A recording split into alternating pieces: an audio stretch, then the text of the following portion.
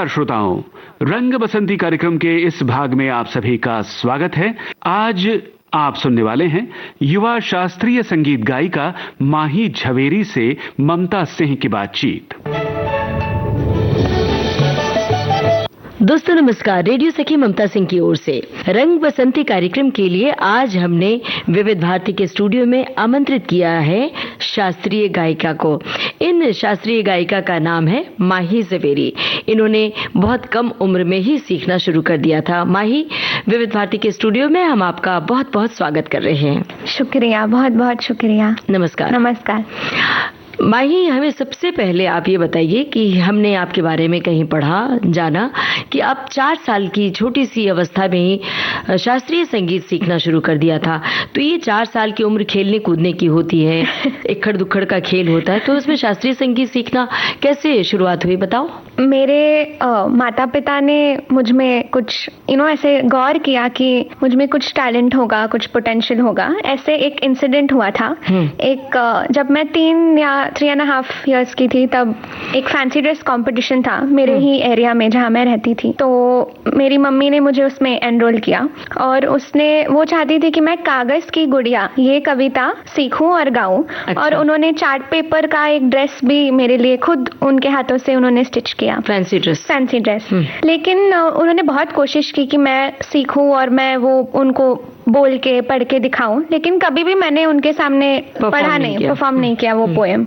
और जो कंपटीशन का दिन था, उस दिन मेरा जैसे ही नाम अनाउंस हुआ, मैं स्टेज पर भाग के चली गई और मैंने अनाउंसर से जो कंपेयर थे उनके हाथ से माइक छीन लिया और एकदम ही मतलब पोपट के जैसे एक साथ मैंने पूरी पोएम गा ली। तो वो जजेस बहुत ही हैरान थे और उन्होंने तभी मुझे फर्स्ट प्राइज दे दिया। तो ये देख के मेरी मम्मी को लगा कि मुझे स्टेज, माइक, इन चीजों से कुछ तो कनेक्शन होगा, कुछ आकर्षण होगा। तो उन्होंने तय किया कि वो मुझे गाना सिखाए और फिर मैंने म्यूजिक क्लासेस में उन्होंने मुझे एनरोल किया। वहाँ से मैं सीखने लगी। फिर मेरा इंटरेस्ट बढ़ने लगा। मैंने बहुत रियाज किया, मैं प्रैक्टिस करती थी रोज। फिर धीरे धीरे मैं अच्छा गाने लगी। फिर मेरे पेरेंट्स को लगा कि इसमें कुछ बात है, कुछ है कि वो गाना सीख सकती है, इसमें आगे बढ़ सकती है। फिर उन्होंने मुझे शास्त्रीय गाना सिखाने के लिए गुरु की तलाश की। जी। तो एक प्रोग्राम था जिसमें मैं स्टेज परफॉर्मेंस दे रही थी। और उस प्रोग्राम के ऑडियंस में श्री लक्ष्मीकांत प्यारेलाल जी, शेख रवजियानी जी, गुलाम मुस्तफा खां साहब, ये सब ऑडियंस में बैठे थे। अच्छा। और मैं लक्ष्मीकांत प्यारेलाल जी का ही गाना गा रही थी, 1 2 3 4 5 6 7 8 9, जिसपे माधुरी दीक्षित ने फिल्म में डांस किया था। तो उस प्रोग्राम के बाद उस प्रोग्राम के ऑर्गेनाइजर्स को लगा कि I should learn classical music. तो उन्होंने मेरे पेरेंट्स को बताया कि आपको इसका फाउंडेशन और बेस के लिए क्लासिकल म्यूजिक सिखाना चाहिए। और उन्होंने ही मुझे फिर मेरे दूसरे गुरु जो थे उनका रेफरेंस दिया, श्री निषाद बाकरे जी। उनसे फिर मैंने 10 साल ट्रेनिंग ली है हिंदुस्तानी ख्याल गायकी में। बहुत बढ़िया। तो वो जो गाना था 1 2 3 लक्ष्मीकांत प्यारेलाल वाला, याद है क्या? अभी 2 लाइन सुनाएंगे हमारे श्रोताओं को? हाँ। 1 2 3 4 5 6 7 8 9 10 11 12 13 तेरा करो दिन गिन गिन के इंतजार, आजा पे आए बाहर। क्या बात है, बहुत बढ़िया। प्यारेलाल जी से आप मिली, तो प्यारेलाल एक संगीत के महारथी हैं, एक बड़ी शख्सियत, और उनके सानिध्य में आपको मौका मिला खड़े गाने का। तो उनसे मुलाकात हुई, क्या कहा उन्होंने निजी तौर पर? आपका कैसा अनुभव रहा? मेरा बहुत ही अच्छा अनुभव रहा। वो इतने महान कलाकार है, हस्ती है, और वो बहुत ही मतलब बच्चों के साथ बहुत फ्रेंडली थे। और मैं करीब 9-10 साल की थी जब मैंने ये परफॉर्मेंस दिया था। तो जैसे ही मेरा परफॉर्मेंस हुआ, वो ग्रीन रूम में आए थे, बैक स्टेज आए थे, और उन्होंने पूछा कि ये लड़के का क्या नाम है, कहाँ से है। तो फिर मैंने उनसे बात की, मैं मिली उनसे। उन्होंने कहा कि तुम्हारी आवाज़ बहुत मीठी है, तुम्हें ताल और सुर की समझ अच्छी है, तो ऐसे ही रियाज करते रहो। और मुझे आपका गाना बहुत अच्छा लगा। तो मेरे लिए काफ़ी वो उस उम्र में बड़ी मोमेंट थी। उनसे मिलना, बात करना, मेरी तस्वीर भी है उनके साथ इंटरनेट पे। दिग्गज की आशीषें काम आती हैं और उनका आशीर्वाद मिला, वो बहुत सौभाग्य की बात थी। अब माही थोड़ा सा पीछे चलते हैं फ्लैशबैक में। आप 4 साल की थी और गाना शुरू कर दिया था। उसमें बैठने का भी अच्छे से संस्कार नहीं होता, लेकिन शास्त्रीय संगीत सीखने के लिए बड़े प्रॉपर बैठने का तरीका भी सिखाया जाता है, तानपुरा लेकर बैठना। तो ये आपको उस समय झुंझलाहट नहीं होती थी? लगता नहीं था कि छोड़े हटाएं, खेलने चले जाएं, ऐसा कुछ नहीं लगता था? इनिशियली मतलब जब मैंने एकदम ही शुरू किया था सीखना, तब मेरा उतना मन नहीं लग रहा था, क्योंकि पहले मैं फिल्म म्यूजिक से मैं वाकिफ थी और मैं वो ही परफॉर्म भी करती थी स्टेज पे। तो मुझे बहुत बार मैं मेरी मम्मी को ऐसे कहती, मेरा सर दर्द कर रहा है, मेरी तबीयत ठीक नहीं है, मुझे क्लास में नहीं जाना, आज मुझे मन नहीं है, या मैं बहुत कहती थी कि वापस घर चलते हैं, वापस घर चलते हैं, या मुझे करना नहीं है ऐसे। लेकिन मेरी मम्मी ने मुझे पुश कर करके शी मेड श्योर कि मैं प्रैक्टिस करूँ और मैं सीखना कंटिन्यू करूँ, ऑलवेज छोड़ू नहीं। तो उसके वो पुश और एक सपोर्ट की वजह से मैंने कंटिन्यू किया क्लास में जाना, और फिर धीरे धीरे as I got good at it, क्योंकि शास्त्रीय संगीत बहुत ही मुश्किल है और सबको आ जाए और एक ही दिन में आप गाना बिठा ले, ऐसा नहीं है वो। बिल्कुल। आपको एक राग को मास्टर करने में बहुत वक्त लगता है, मतलब 6-7 महीने। और कभी कभी अगर आपको अच्छे से ना आए तो वो बहुत फ्रस्ट्रेटिंग लगता है कि ये आ नहीं रहा है, मैं और कितना करूं, मुझे नहीं आ रहा है। तो वो इनिशियल पीरियड में मुझे बहुत ऐसे गुस्सा आता था खुद पे कि ये मैं नहीं कर पा रही हूँ या ये बहुत मुश्किल है। तभी मेरी मॉम ने मुझे बहुत सपोर्ट दिया और शी मेड श्योर कि मैं क्लास में जाऊँ, सीखूं, प्रैक्टिस करूँ। फिर कुछ वक्त में मैं आई स्टार्टेड गेटिंग इट, मैंने अच्छा गाना शुरू कर दिया, मुझे राग ताल इन सब की समझ आने लगी। और फिर जो वो फ्रस्ट्रेशन था या एक जो कम मन था सीखने का, वो चला गया। फिर मैं खुद से ही कहती थी कि चलो चलो मेरा तालीम का वक्त हो रहा है, हम निकलते हैं, हम जाते हैं। और फिर उसको मेरे सर पे बैठना नहीं पड़ा कि रियाज करो रियाज करो, मैं खुद से ही फिर करने लग गई। तब याद दिलाती होंगी माँ की देखो पहले ना नुकुर करती थी और अब रोज याद दिलाती है। बहुत अच्छी बात है। ये राग और ताल का ज्ञान होने लगा, फिर तान आलाप सब कुछ समझ में आने लगता है। कौन सा पहला राग सीखा आपने? सबसे पहले जो मैंने राग सीखा था वो वृंदावनी सारंग।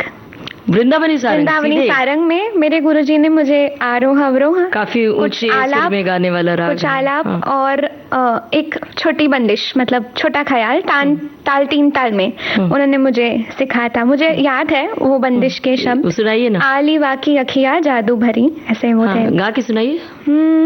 रे मा पने पा ने पा मा प रे मा ने प रे मा सा रे सा ने सा रे मा प ने पा मा प ने सा आले वाके अखियाँ जादू भरी, आले वाके अखियाँ जादू भरी, न जानो कैसो छलकेनो जिया मोरा छीन लेनो, अब रे मैं कैसे कहूँ सजनी, आले वाके अखियाँ जादू भरी।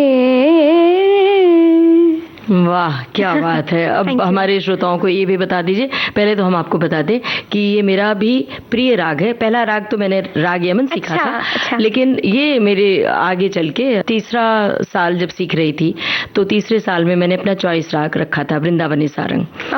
तो मुझे लेकिन ये थोड़ा कठिन राग लगा था, और हालांकि बहुत सुंदर राग है, बहुत सुंदर राग है। और हमारे श्रोताओं को बताइए अगर आपको याद हो तो ये गाने के लिए कौन सा प्रहर है और कौन कौन से सुर लगते हैं, कोमल और शुद्ध? ये मध्याह्न सारंग के जो भी प्रकार है, शुद्ध सारंग, वृंदावनी सारंग, जो भी सारंग के प्रकार है, मियाँ की सारंग, ये सब मध्याह्न में गाए जाते हैं, आफ्टरनून में। तो आफ्टरनून के राग है वो, और इसमें दोनों निषाद लगते हैं, शुद्ध निषाद और कोमल निषाद। तो आरोह में शुद्ध निषाद और कोमल निषाद अवरोह में। तो रे मा प नी प म प शुद्ध ने सा कोमल ने प नि प रे म सा रे सा, ऐसे क्या ये बात चलन है। माही, बहुत सुंदर बंदिश आपने सुनाई है हमारे श्रोताओं को। ये छोटा ख्याल की बंदिश थी, है ना? जी। और बहुत अच्छा लगा। जी तो कर रहा है कि मैं आलाप तान भी सुनूं, लेकिन अभी और बहुत सारी बातें आपसे करनी है ना। बिल्कुल। तो यहाँ पर एक गाना सुनते हैं। राग वृंदावनी सारंग की बात चली है, तो फिल्मी गाना कौन सा यहाँ पर सुनवाएं हम? चश्मे बदूर फिल्म का एक गाना है, कहाँ से आए बदरा, सुनते हैं ये गाना। हेमंती शुक्ला और येसुदास की आवाज में गाना है। इंदु जैन ने लिखा है और राजकमल का संगीत है इसमें। तो सुनते हैं यही गाना जी।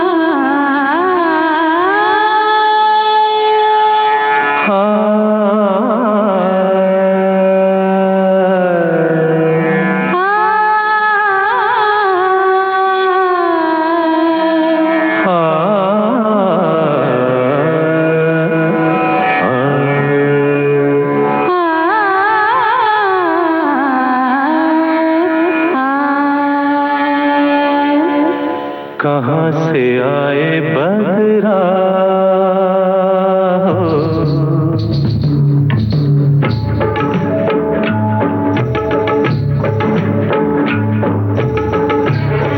कहाँ से आए बदरा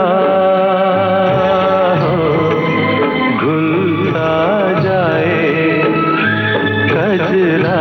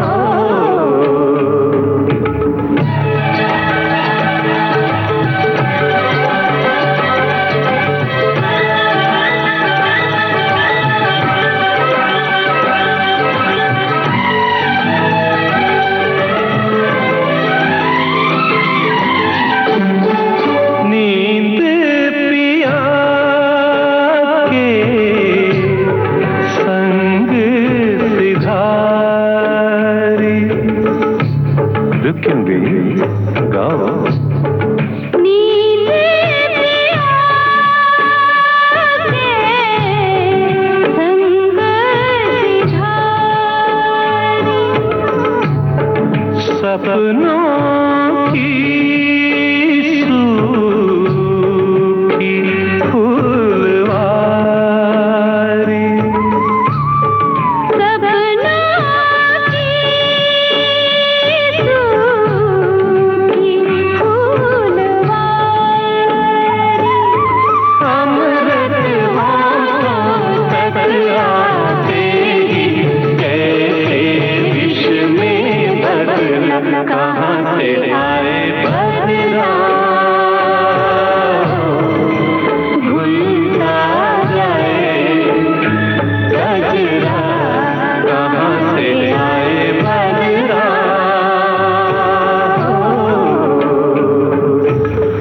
और एक गाना और याद आ रहा है, इसी वृंदावनी सारंग पर ही है, गोरी तोरी पैजनिया। हाँ। महबूबा फिल्म का जी। गाना, लता मंगेशकर की आवाज, जिसे लिखा है आनंद बख्शी ने। बहुत सारे गाने हैं राग वृंदावनी सारंग पर। तो जब हम रागों की बात करते हैं तो सच में हमारा मन भी सुरीला हो जाता है। सुरों के पंछी उड़ के एक अलग ही दुनिया में चले जाते हैं। तो अब आप बताइए, अपनी दुनिया में लौटिए और हमें बताइए कि जिन गुरु से सीखा आपने, तो शुरुआत में उन्होंने क्या कुछ सिखाया? गायन के कितने प्रकार होते हैं, ठुमरी, टप्पा और ये सब भी सीखा, छोटा ख्याल, बड़ा ख्याल, वो बताइए, आपने वो बारीकियां बताइए।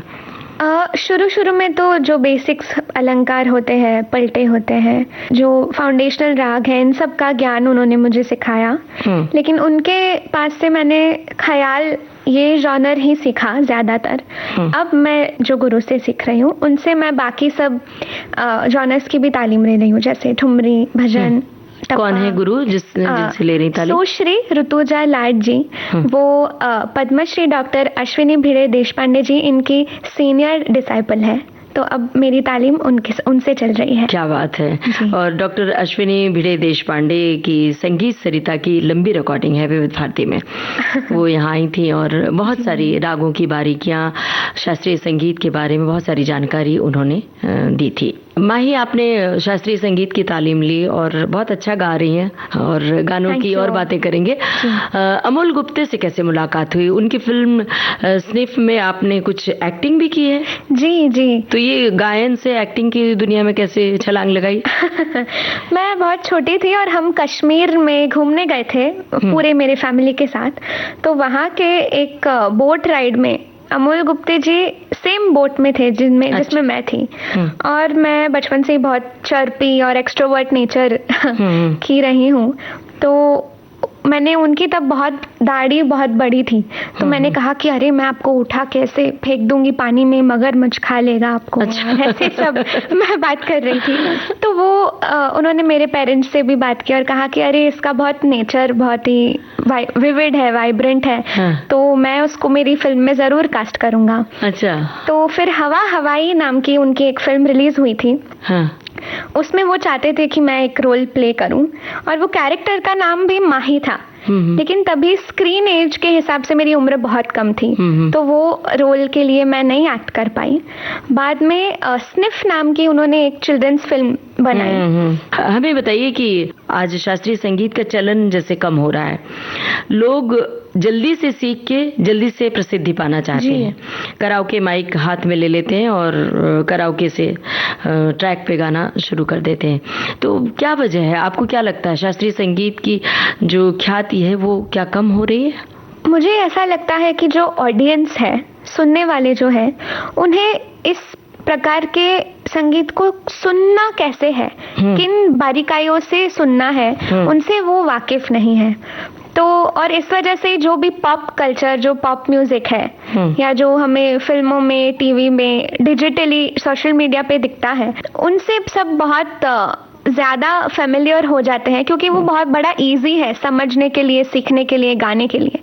तो मुझे लगता है कि थ्रू वर्कशॉप्स या ऐसे और बहुत सारे इनिशिएटिव से लोगों को अगर ये समझ में आए कि इस म्यूजिक को कैसे सुनना है या इसके सब क्या टेक्निकलिटीज है, तो वो सुन पाएंगे, इस म्यूजिक से भी वो फेमिलियर हो पाएंगे। हम सिर्फ स्टेज पे आके गा करके उठ नहीं जाते, हम श्रोताओं को, ऑडियंसेस को समझाते हैं, उनसे बात करते हैं, इंटरैक्ट करते हैं कि ये हम क्या गा रहे हैं और ये बंदिशों लिखी किसने है या उस एरा के गायक कौन थे। इससे उन्हें बहुत सारा कॉन्टेक्स्ट मिलता है इस म्यूजिक के बारे में। और फिर हमें ऐसा फीडबैक मिला है लोगों से कि ये बहुत अच्छा इनिशिएटिव है, क्योंकि हम ये म्यूजिक नहीं सुनते लेकिन अब हमें कॉन्टेक्स्ट है कि किस बारे में है ये सब जो आप गा रहे हैं, उसकी हिस्ट्री क्या है, म्यूजिशियंस कौन थे पहले के जिन्होंने ये परंपरा को आगे बढ़ाई। तो आई थिंक इस तरह से अगर हम हमारे कॉन्सर्ट्स में लोगों से बात करें, उन्हें ये कहे कि इन बंदिशों की ये हिस्ट्री है, पहले के ज़माने के ये म्यूजिशियंस रहे हैं, तो उन्हें बहुत रुचि डेवलप हो सकती है इस प्रकार के संगीत को सुनने के लिए। माही, ये बड़ी ज़रूरी बात आपने बताई जी, क्योंकि जो शास्त्रीय संगीत सीख कर गाते हैं उनके गले में जो लोच होता है, जो बारीकियां होती हैं वो नज़र आती हैं, सुनने वाले को पता चल जाता है कि इसने सीखा है या नहीं। और जो बिना सीखे गाते हैं, प्रोफेशनल तरीके से भी गाते हैं स्टेज पर, लेकिन उनमें वो गले में लोच नहीं होता है। हमें याद है कि बचपन में संगीत की टीचर बाकायदा सापा सा की प्रैक्टिस करवाती थी महीनों, और ओमकारा की प्रैक्टिस। तो ये सब जो है गला तैयार करने के लिए, उनका कहना होता था गला तैयार करो, अलंकार सिखा रहे हैं। तो बचपन में बहुत बोरियत भी होती थी कि ये क्या तरीका है, लेकिन बाद में समझ में आया कि शास्त्रीय संगीत सीखना कितना ज़रूरी है। और तो आपने जो सीखा है, उस सीखने को आपने फिल्मों में भी गाया, तो कितना फ़ायदा मिला आपको फिल्मी गायन में और शास्त्रीय संगीत का? फिल्म के लिए जब मैं रिकॉर्डिंग स्टूडियो में एंटर करती हूँ और जब जो म्यूज़िक डायरेक्टर है वो मुझे ब्रीफ करते हैं कि ये गाना, इसका रिदम क्या है, इसके नोट्स क्या है, कैसे गाना है, तो बिकॉज मुझे ये फाउंडेशनल मेरी तालीम है, मुझे वो बेस मिला है टेक्निकल सब एस्पेक्ट्स का, मैं बहुत ही जल्दी गाने को समझ पाई, उठा पाई, और विद इन 5-6 टेक्स में मैंने पूरा गाना रिकॉर्ड भी कर लिया, तो मुझे वक्त नहीं लगा। तो अगर आपका फाउंडेशन जो क्लासिकल म्यूजिक से बनता है वो अगर एकदम स्ट्रॉन्ग और पक्का हो जाए, तो आपको कोई भी नए कॉम्पोजिशन, लिरिक्स, गाना या कोई भी नए ताल में अगर वो बिठाया जा रहा है, अरेंजमेंट्स जो होती है स्टूडियो में, वो आप बहुत ही आसानी से आप ग्रास्प कर सकते हो और बहुत कम टाइम में आपको पूरा उस गाने का फ्रेमवर्क समझ में आ जाता है। बिल्कुल, क्योंकि आपको पहले से ये नॉलेज है और धुन पकड़ने में भी हम बहुत अच्छे से पकड़ सकते हैं। तो बहुत ही हेल्पफुल है जी। यहाँ पर एक गाना सुने, कौन सा गाना बताइए? लता मंगेशकर जी का गाना लग जा गले, जो राग पहाड़ी पे बेस्ड है, तो हम वो सुनेंगे। बहुत सुंदर गाना है। वो कौन थी फिल्म का नाम है? तो पॉपुलर सॉन्ग है, मुझे लगता है कि बचपन में सभी ने इस गाने को गाया, आपने भी गाया होगा। तो ये गायिका बिना गाए गुनगुनाए अगर गाने की फरमाइश करे तो अलग, तो गा के बताइए। लग जा गले के फिर ये हंसी रात हो न हो, शायद फिर इस जन्म में मुलाकात हो न हो, लग जा गले से। क्या बात है। सभी गायक गायिकाओं की एक पसंदीदा सिंगर होते हैं, चाहे वो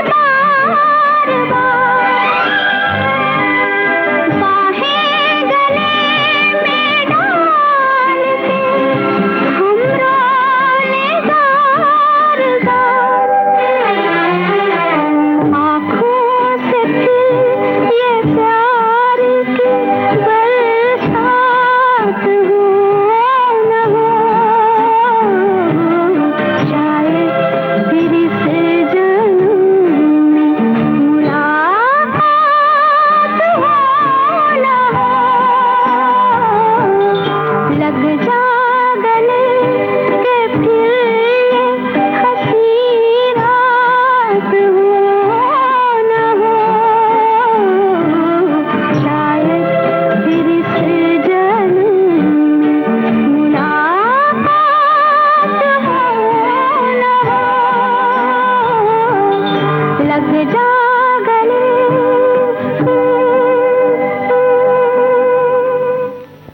फीमेल सिंगर हो चाहे मेल जी, सिंगर हो, जी। आपके पसंदीदा कौन से सिंगर रहे हैं?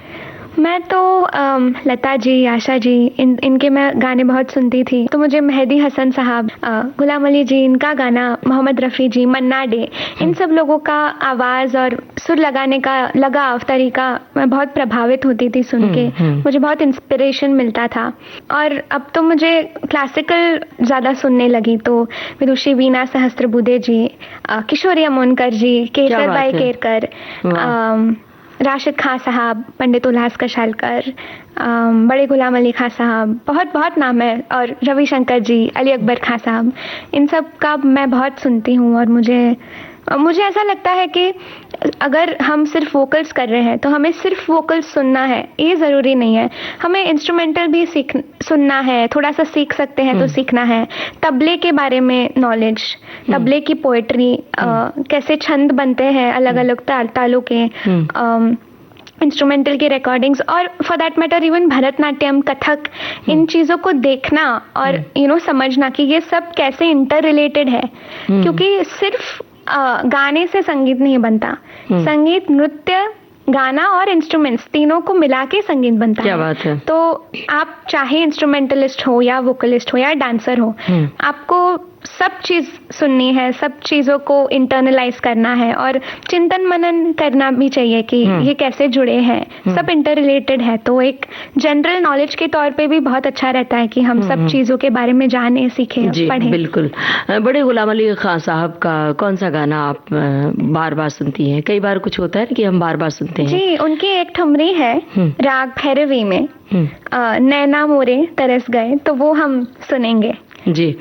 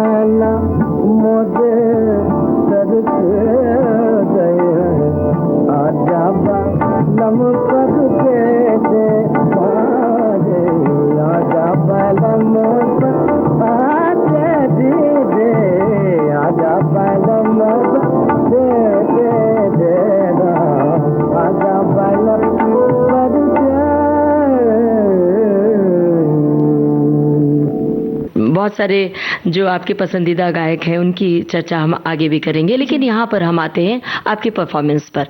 स्टेज परफॉर्मेंस आप करती हैं लगातार, तो पहला परफॉर्मेंस याद है स्टेज पर कब गई थी? जी, मैं बहुत छोटी थी, आई थिंक 5 years और सो। मैंने एक गाना गाया था, आओ तुम्हें चांद पे ले जाए, प्यार भरे सपने, सुना है। जख्मी फिल्म का गाना। जख्मी फिल्म का गाना है, वो मेरा पहला परफॉर्मेंस था। और मैंने रिहर्सल की थी, मतलब लाइव ऑर्केस्ट्रा था, तो उनके साथ मैंने बहुत प्रैक्टिस किया था और बहुत अच्छा एक्सपीरियंस रहा। मुझे बचपन से कभी स्टेज का डर नहीं लगा। बहुत लोगों को डर लगता है, वो तो दिखाई पड़ रहा है यहाँ भी। ऑडियंस को देख के थोड़ा नर्वस हो जाते हैं। नर्वस मैं होती हूँ, लेकिन वो इनिशियल 15-20 सेकंड्स के लिए, फिर वो एक ईज, एक कंफर्ट आ जाता है स्टेज पे गाने का। तो और फिर मुझे बहुत मज़ा आने लगा स्टेज पर जाना, गाना लोगों के सामने, लाइव बैंड के साथ। बहुत बढ़िया। ये तबला जो भी म्यूजिक सीखते हैं, शास्त्रीय संगीत, तो अमूमन तबले की तालीम तो थोड़ी बहुत लेनी ही पड़ती है। बिल्कुल। क्योंकि जब तक ताल का ज्ञान नहीं होगा तो आप गाना कैसे गा सकेंगे? शास्त्रीय संगीत कौन सा गाना किस ताल में निबद्ध है, ये जानना बहुत जरूरी है, बेसिक नॉलेज। लेकिन गाना और एक साथ तबला बजाना खुद ही, ये मुश्किल है। तो आपके लिए कितना चैलेंजिंग रहा ये? एक्चुअली बहुत सालों से जब गुरुजी सब शागिर्दों को ट्रेनिंग देते हैं, वो उन्हें तबला सिखाते हैं और गा के ठेका पकड़ के गाना, ऐसे रियाज करने की परंपरा है। अभी के वक्त में बहुत लोग ये नहीं करते, इस तरीके से सिखाया नहीं जाता। लेकिन अगर आप पंडित गजानन बुआ जोशी जी, पंडित उल्लास कशालकर जी, इनके सबके पहले के आप रिकॉर्डिंग्स देखेंगे तो वो एक हाथ में, राइट हाथ में तानपुरा होता था, वो गाते थे और लेफ्ट हाथ से डग्गे में ठेका लगा के साथ में प्रैक्टिस करते थे। फिर मैंने भी, जब मैं सीखने लगी सारे ठेके, तो मैं भी अपना रियाज कभी कभी खुद को लय दे के, ताल ठेका लगा के मैं गाती हूँ। तो इस तरीके से मुझे वो दोनों साथ में बैलेंस करने का जो प्रैक्टिस है वो मुझे होने लगा, हुनर आ गया। और मुझे लगा कि why not use it in theatre. लेकिन आजकल एक मतलब तैयार रिदम मिल जाता है तबले पर। जी, तबला डिजिटल एप्स में भी मिल जाता है, डिजिटल, तो वो लगा के और गाना गा लेते हैं। तो दोनों में क्या फर्क महसूस करती हैं आप? आपने भी कभी गाया है वैसे डिजिटल तबले पर के साथ? या जी, अब जो दिन लाइव तबला प्लेयर या हारमोनियम अकम्पनीमेंट, रोज तो हम वैसे रियाज नहीं कर पाते, तो हम डिजिटल ऐप का यूज करते हैं। लेकिन उसमें कई बार ये होता है कि बहुत लोग वो मात्रा का नंबर देख देख के गाते हैं। तो जो ठेका, नेचुरल ठेका सुनने से जो हमें एक सेंस होती है ना कि सम यहाँ पे आ रही है, खाली यहाँ पे आ रही है और 12वीं मात्रा यहाँ पे है, वो शायद वो डिजिटल तबले का सुन के हमें वो सेंस डेवलप नहीं हो सकता। फॉर एग्जाम्पल, अगर ठेका हम ले लें कि धा धिन धिन ना, धा धिन धिन ना, धा तिन तिन ना, तिरकिट धिन धिन ना, धा, तो ये जो वजन है इसको पढ़ने का भी, वो शायद ऐप में नहीं आएगा, क्योंकि वो एक एल्गोरिदम जैसे चलते रहता है, धा धिन धिन धा, धा धिन धिन धा। और हम जो ठेका जब सीखते हैं तो हम उसका मॉड्यूलेशन, कौन सी मात्रा पे कितना वजन आ रहा है, फॉर एग्जाम्पल जैसे मैंने कहा कि धा धिन धिन ना, धा धिन धिन ना, धा तिन तिन ना, त्रक धिन धिन ना, तो वो जो वजन है वो शायद इससे नहीं हो सकता। आपने हमें लाइव तबला बजाकर ठेके सीखने चाहिए, और जब वो एक परिपक्व हो जाए फिर हम ऐप पे प्रैक्टिस कर सकते हैं। ऐसे नहीं कि ऐप पे ही सिखा और फिर ठेके समझ में नहीं आ रहे। बिल्कुल, और वो जो ठहराव होता है वो नहीं आता। दिन दिन धागे तिरकिट, करेक्ट, जैसे तिरकिट शुरुआत तिरकिट, तो वो तो ऐप जो आपको डिजिटल सिखा रहा, तो अपने लय में बजता जाएगा, तिरकिट, लेकिन वो आपको सीखने में दिक्कत। जब ऐप से बजाते हैं तो वो तो 200 BPM पे सेट हो जाता है, तो वो उसकी लय जर्रा भी हिलती नहीं है। लेकिन ह्यूमंस है, हम हाथ से बजाएंगे तो कभी हमारी लय आगे पीछे होती है।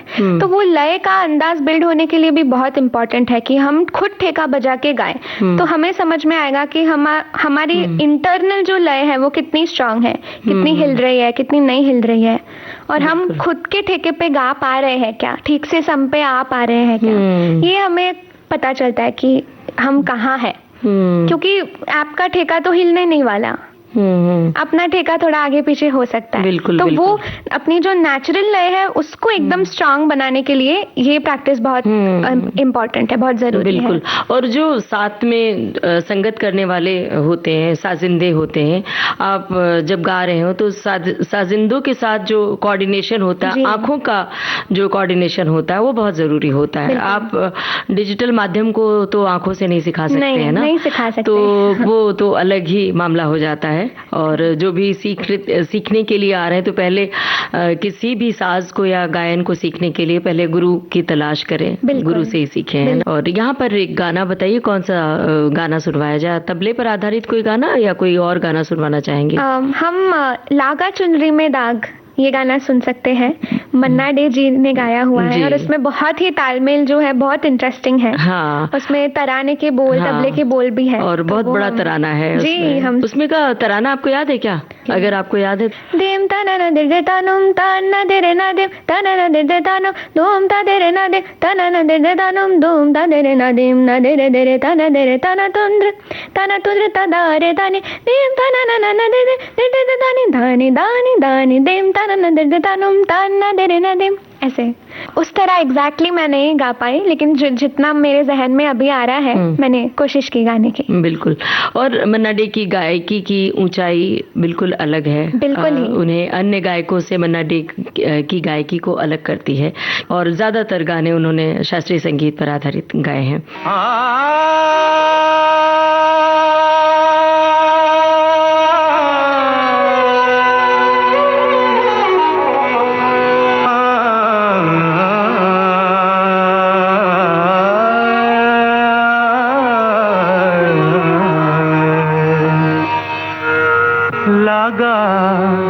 चुनरी में दाग छुपाऊं कैसे, लगा चुनरी में दाग, चुनरी में दाग छुपाऊं कैसे, घर जाऊं कैसे, लगा चुनरी में दाग छुपाऊं कैसे, लगा चुनरी में दाग।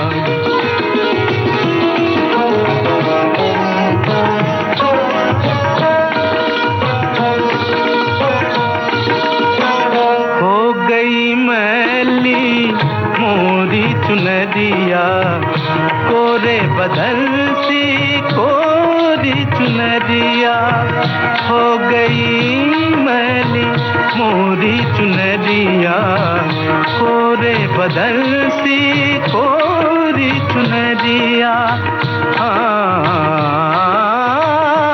जाके बाबुल से नजरे मिलाऊं कैसे, घर जाऊं कैसे, लागा चुनरी में दाग छुपाऊं कैसे, लागा चुनरी में दाग छुपाऊं कैसे, लागा चुनरी में दाग।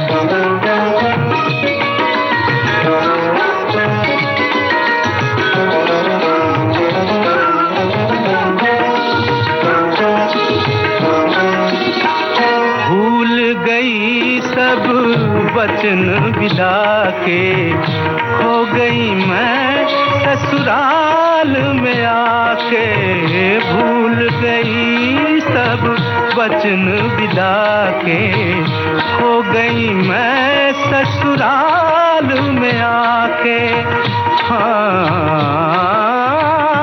जाके बाबुल से नजरे मिलाऊं कैसे, घर जाऊं कैसे, लागा चुनरी में दाग। माही, बहुत अच्छा लग रहा है जब आप गुनगुनाती हैं तो मैं तो जैसे सुध बुध खो के बस सुनती रहती हूँ। लेकिन जरूरी है कि अपने श्रोताओं को आपके बारे में जानकारियां भी देते चले कि आपने जो पढ़ाई की है साथ साथ, तो पढ़ाई कहाँ तक कैसे की पढ़ाई और ये रियाज कैसे संभव हुआ?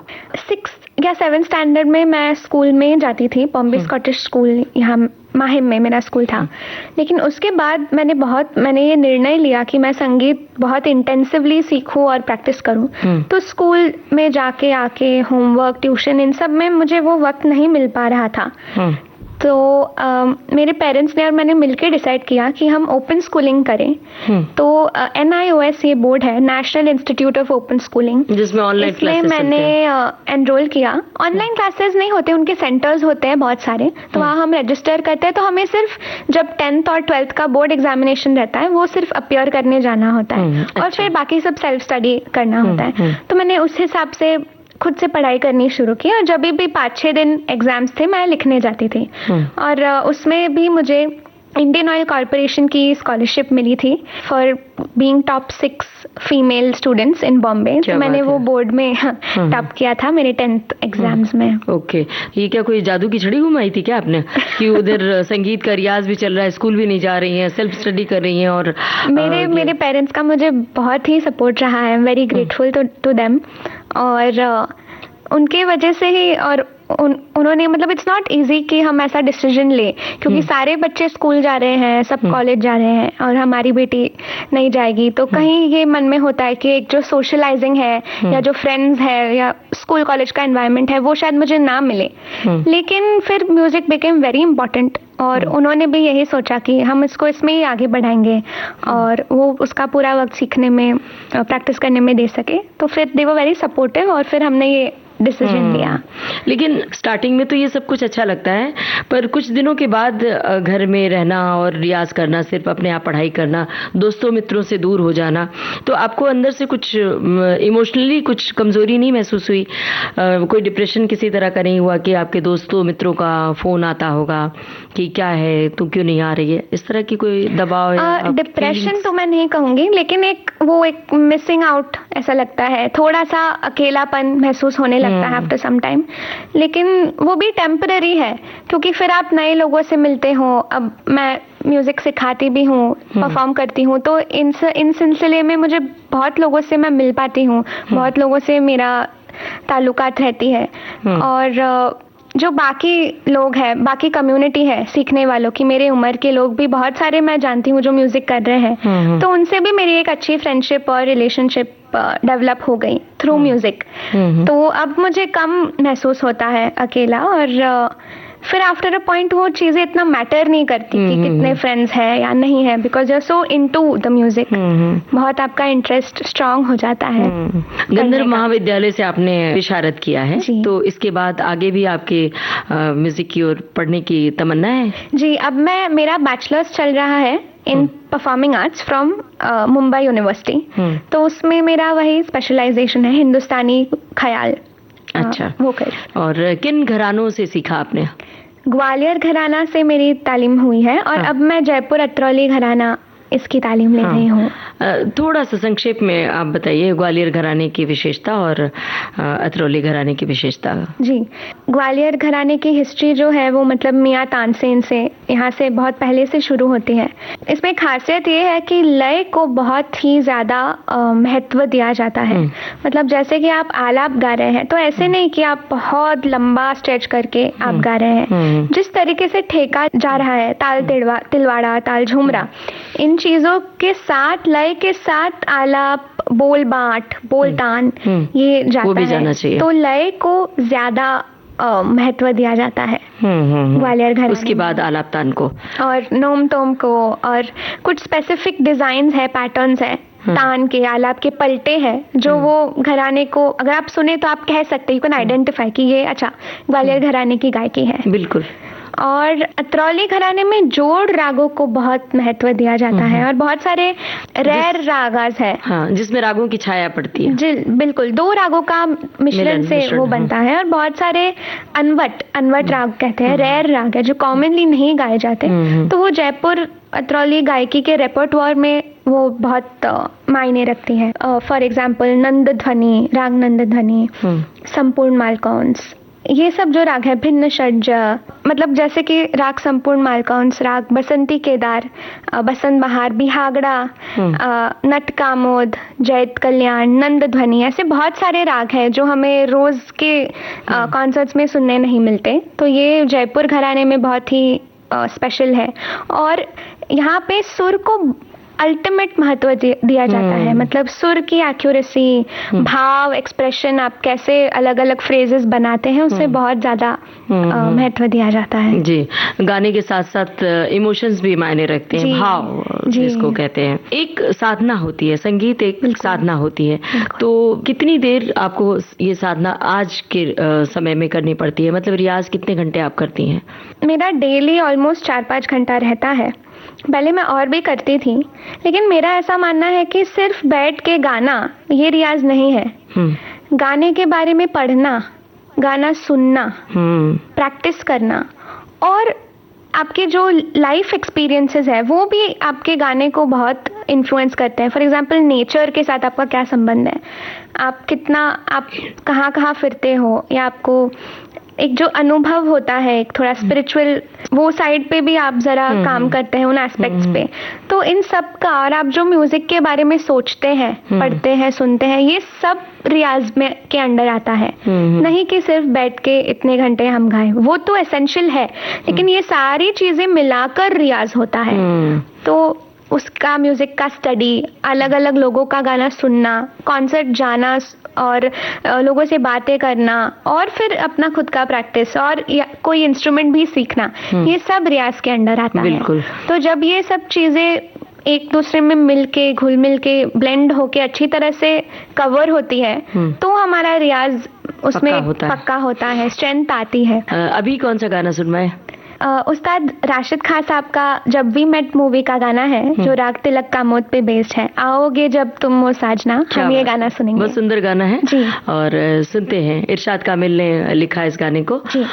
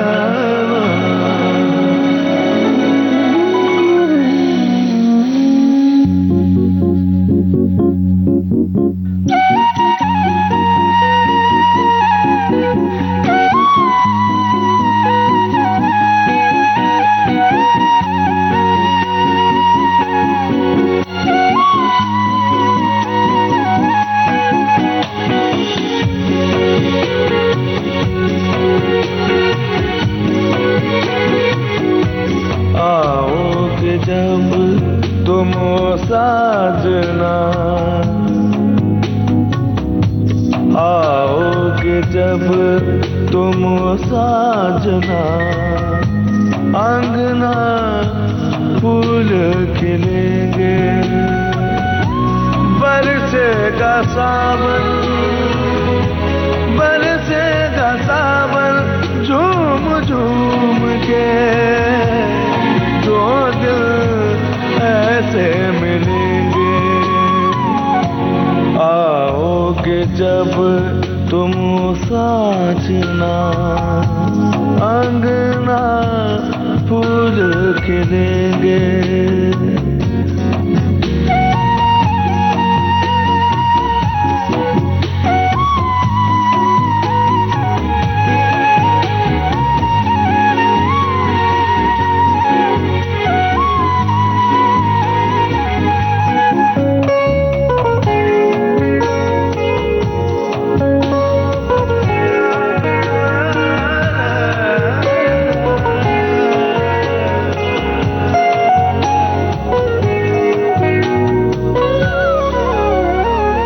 नैना तेरे कजरारे हैं, नैनों पे हम दिल हारे हैं, अनजाने ही तेरे नैनों ने वादे किए कई सारे हैं।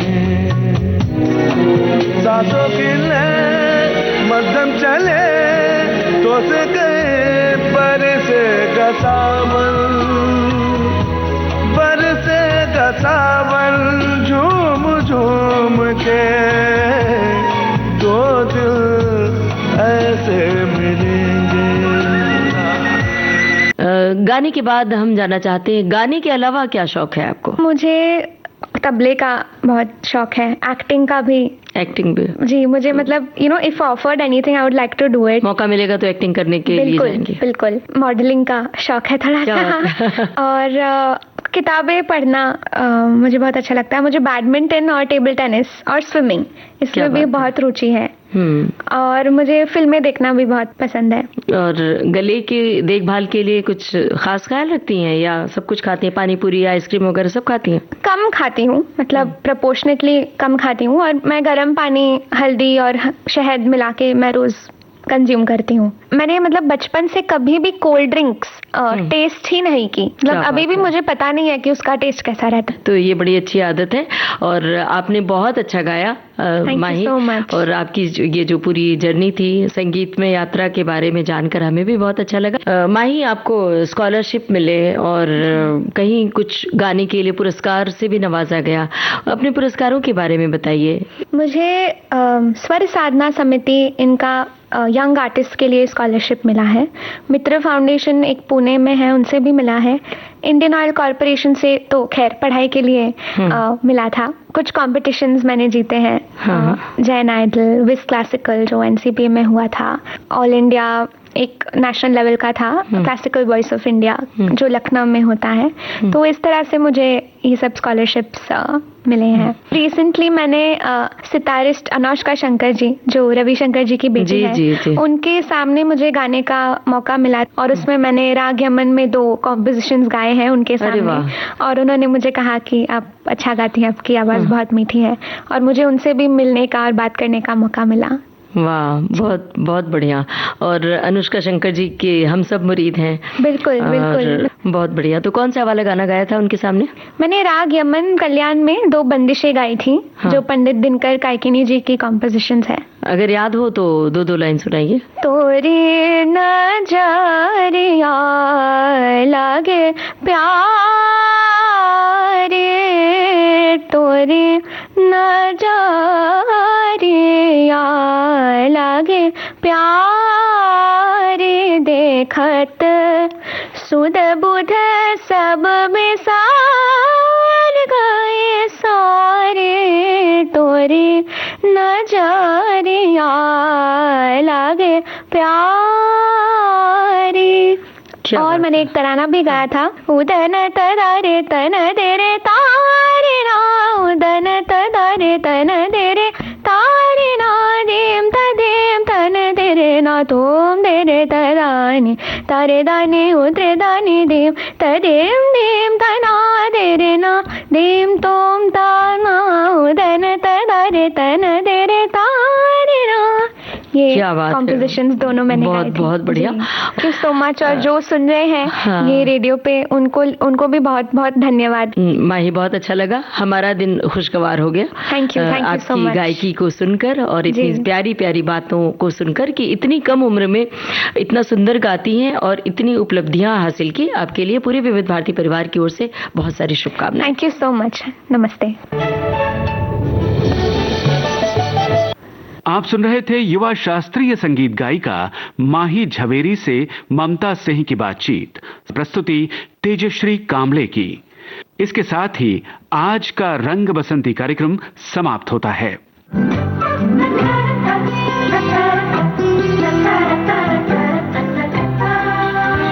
रंग बसंती।